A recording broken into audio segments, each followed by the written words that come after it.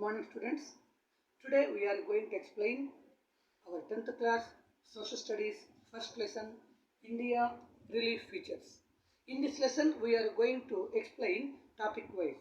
First, why we call India as subcontinent. We know India is a spiritual land.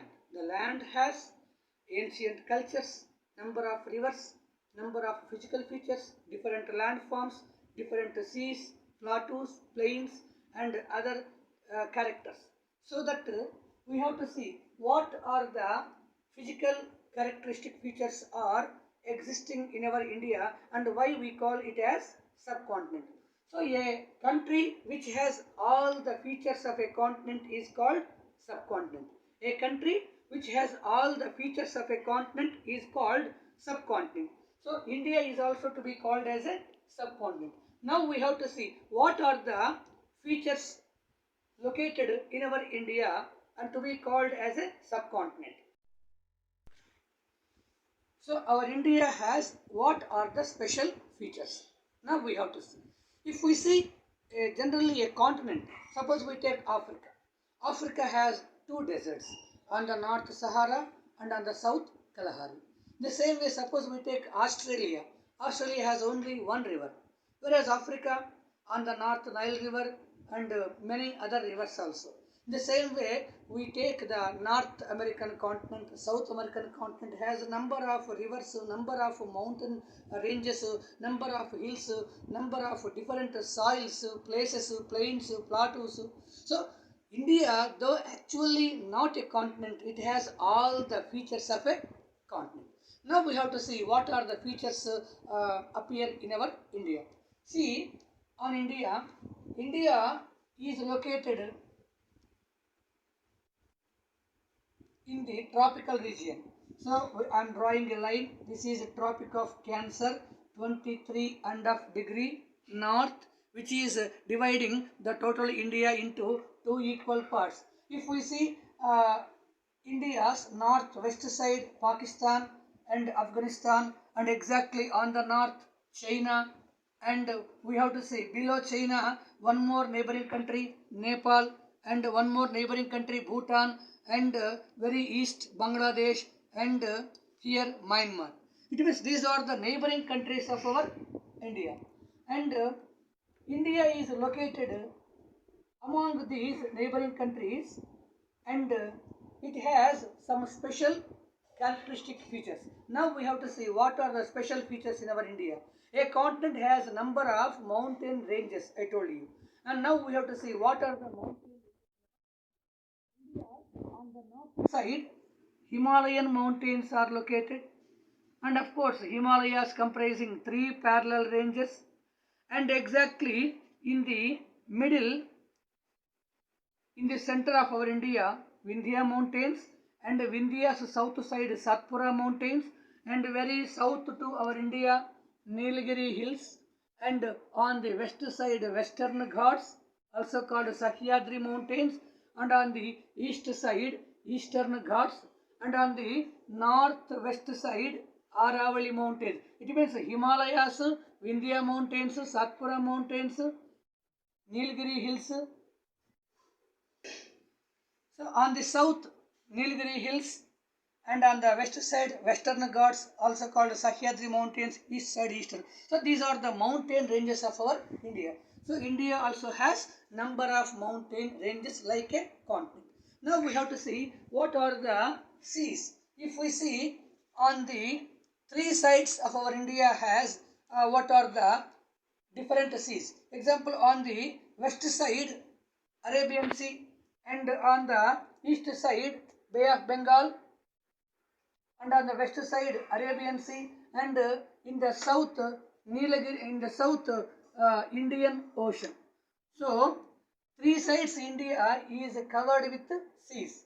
Arabian Sea on the west, Bay of Bengal on the east, Indian Ocean on the south. And we already learned about an island and a peninsula. So India is a peninsula because India covers three sides with water and one side with land. Whereas we take the neighboring country of our India, Sri Lanka, Sri Lanka is to be called as an island because it is covered all sides with water. Now we have to see what are the other features, and now we have to come the rivers. And suppose rivers of our India broadly divided into two categories: Himalayan rivers, peninsular rivers. And first we have to know about Himalayan rivers. And I am drawing here northwest side, one river is flowing, and you are observing on the board it has 5 tributaries: Jhelum, Chenab, Ravi, Beas, Satluj, and the name of the river is Indus. And one more river is flowing on the east side. It is flowing towards east and joining in Bay of Bengal. Before joining in Bay of Bengal, you are observing it is flowing in our neighboring country through Bangladesh also. So this is the longest river flowing in our India, called Ganges or Ganga. And one more river I am drawing flowing on. It is joining our India from Arunachal Pradesh, and it is joining with Ganga. So both Ganga and Brahmaputra are joining in Bangladesh. So Brahmaputra, Ganga, Indus are our Himalayan rivers. And the remaining rivers we have to see what are the west flowing rivers. One is Narmada and one is Tapati. So Narmada, Tapati are west flowing rivers of our India, and the remaining river, the Damodar river in the West Bengal, and Mahanadi river in Odisha, and the Godavari and Krishna, and one more tributary Tungabhadra, and here Penna, and very south in Tamil Nadu, Kaveri. It means India has a number of rivers. So we told you different mountains and different seas on the three sides and different rivers. In the same way, suppose we go to the north side onwards up to south of our India. On the north totally covered with mountainous soils.